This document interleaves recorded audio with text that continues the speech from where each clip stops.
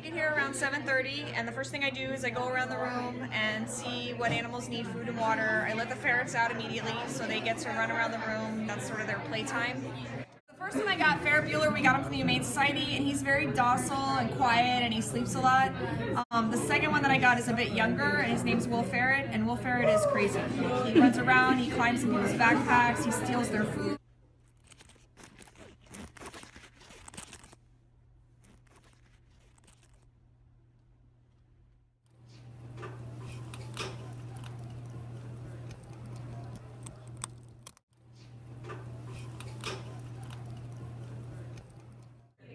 Put the mic up to you. Now that's in the shot. We're trying to get his voices in video.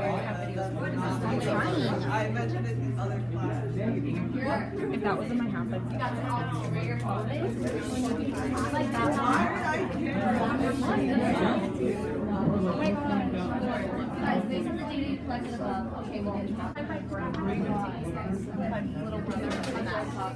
One of my favorite parts about McCarthy and the science department in general is definitely Miss Calder's ferrets. They just run around and they go in people's bags and they make the class really engaging and fun and really hands-on.